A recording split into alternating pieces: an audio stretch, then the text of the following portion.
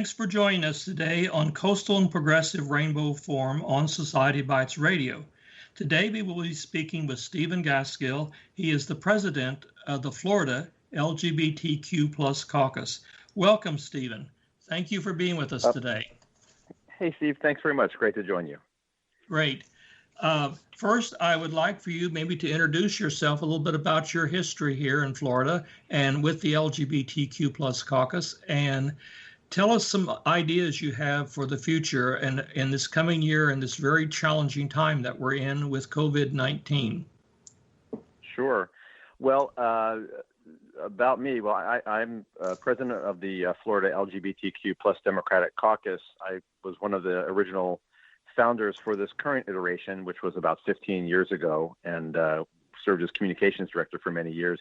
I'm really pleased that the organization has grown really tremendously over the past couple of years. We're now at 21 chapters across the state, from Miami to Jacksonville over to Pensacola.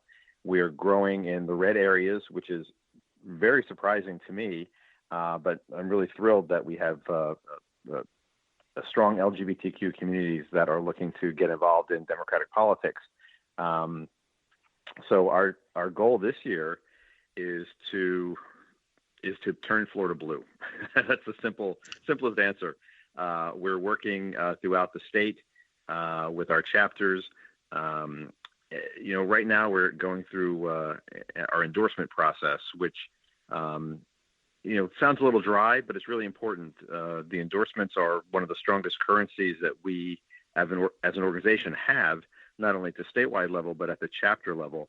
In the past couple of weeks, we endorsed our 13 sitting Democratic members of Congress, and that's the earliest that we've ever done this as an organization, and that allows our chapters to get more engaged in the campaign process earlier than we had in previous years.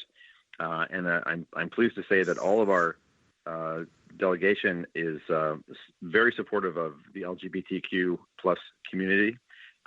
They're all signed on to the Equality Act, which would ban discrimination in employment and housing, public accommodations at the federal level based on sexual orientation and gender identity. And we're about to have another membership meeting where we will presumably endorse Joe Biden for president. I'm hopeful that will come together, and a few other congressional races as well. So that's just the start. We'll be getting into our full state legislative races once qualifying ends, and that's just one of the things that we do. Our community is very active in elections and campaigns at all levels. We turn out, we vote, but most importantly, we work, and we work hard. You mentioned COVID. It's curious to see how this election season is going to change with COVID. We can't get together, we can't gather, we can't have events at the moment anyway. So we've been very active in online organizing, in phone banking, in working on vote by mail. There's a lot that we're doing locally as well as at the statewide level. Excellent. Can you give us some insight into, at the state level, the LGBTQ plus community faces discrimination in Florida here on the books. They were allowed to be discriminated against in multiple areas. And we also still have legal in the state of Florida in some areas is the horrible conversion therapy. And I know we have people working hard in Tallahassee trying to get this corrected. Can you give us any insight on where we stand on some of this? Sure. Yeah, Florida is such a dichotomy. I live in South Florida, which is very open and accommodating, and we have laws on the books that prevent discrimination. However, most of Florida does not. The Florida Competitive Workforce Act, which has been working its way through Tallahassee for years now, would prohibit discrimination broadly in employment, housing, public accommodations based on sexual orientation or gender identity. It is every session. It is the bill that has the most co-sponsors. Every session, we're hopeful that it's going to pass. The reality is, if the Republican leadership would allow it to the floor, it would pass, period. Because they know that that's the case, they don't let it to the floor. There's a very strong coalition out there that's been pushing. Logically, everybody knows that we should pass this bill. And I think now in the aftermath of COVID, where the economy is going to continue to struggle for a while, now is the perfect time to pass a bill like the Competitive Workforce Act to eliminate those restrictions and welcome companies to Florida. The tech industry especially is so forward-thinking and forward-looking and progressive, but tech companies aren't going to come to Florida to set up business and create jobs because their workers aren't protected.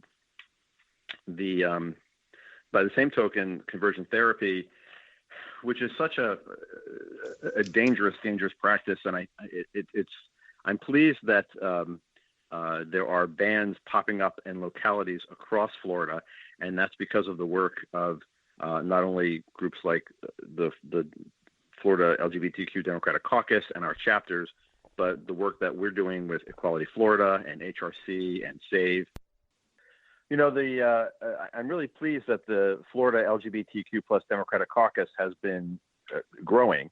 We're now at 21 chapters across the state, from Miami to Jacksonville to Pensacola. We've been growing in the red areas, which is really surprising to me, but lets us know that we do have strong LGBTQ communities and friends in those areas. So as we continue to move into this election season, our people turn out, they vote, they are very active in campaigns.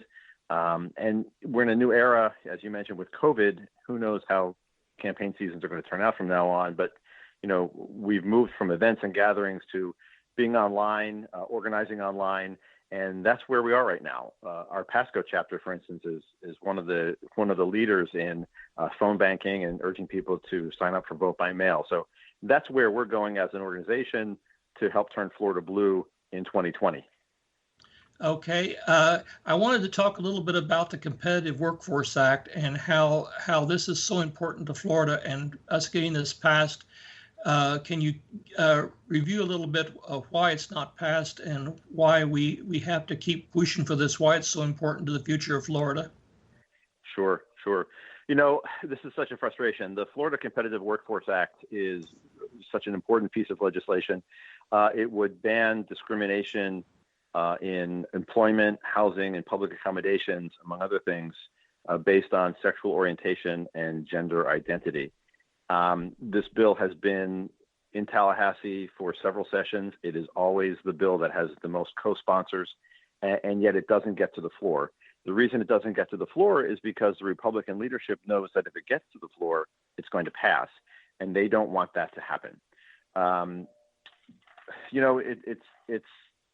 It's indicative of the outlook that the Republicans have about Floridians, is that we all are not equal in their eyes, and that's what we keep fighting, despite having a lot of Republican support for this bill.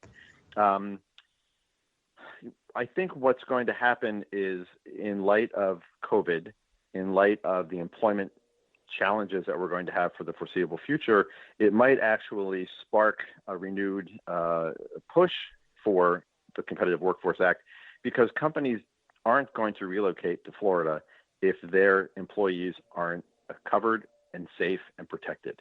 The tech industry especially is very progressive. There aren't tech companies moving to Florida, and they're not going to, because their employees aren't covered by statewide protections. So I think, ironically, COVID might be an opportunity to push the Competitive Workforce Act and certainly get a renewed look by people and legislators who wouldn't have been looking at it otherwise. You're exactly right, I believe, and we have got to do everything we can to bring this out. And our chapters need to work to push people, to educate people.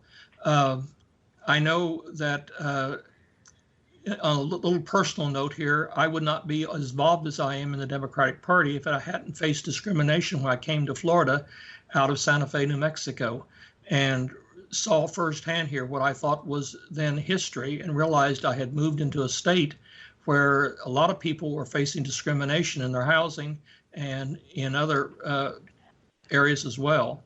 So let's hope we can get this pushed through and make Florida more competitive in attracting these jobs that we're going to need here. And especially, as you said, the tech industry.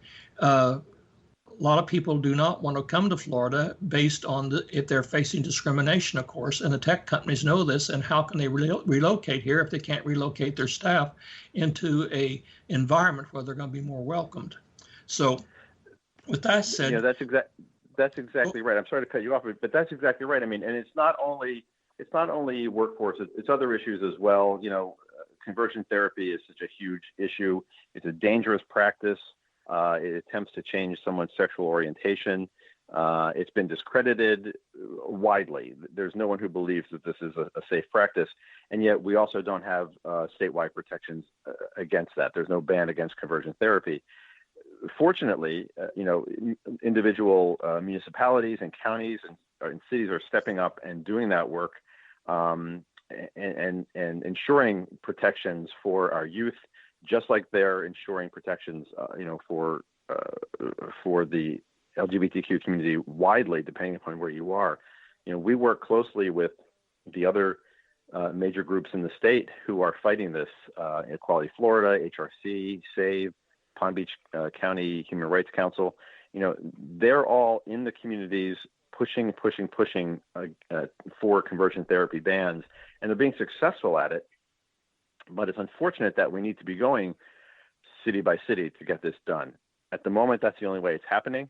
But I'm confident that at the Tallahassee level, when we keep making our case, just like with the Competitive Workforce Act, that this is a necessary protection for a large segment of Floridians, we'll be able to get that passed.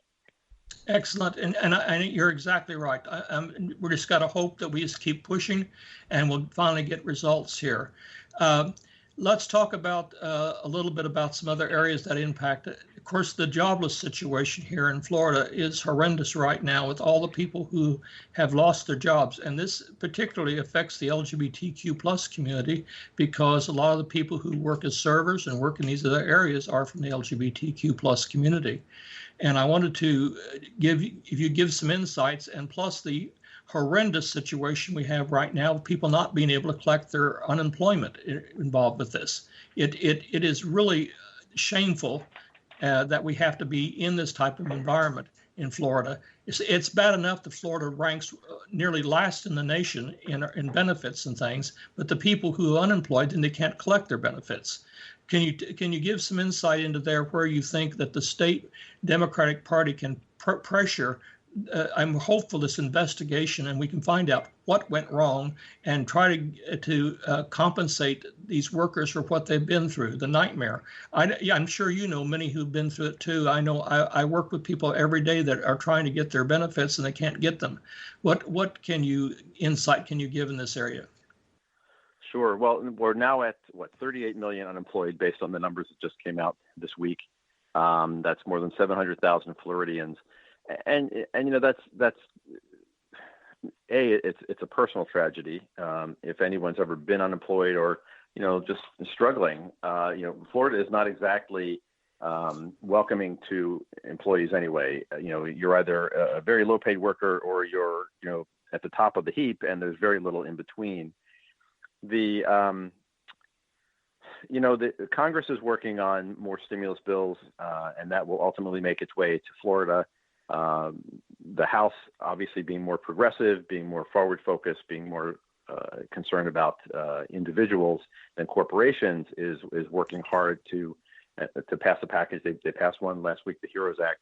That's not going anywhere in the Senate, but I think as this drags on and COVID keeps unfolding, the Senate's going to have to take up something to help workers.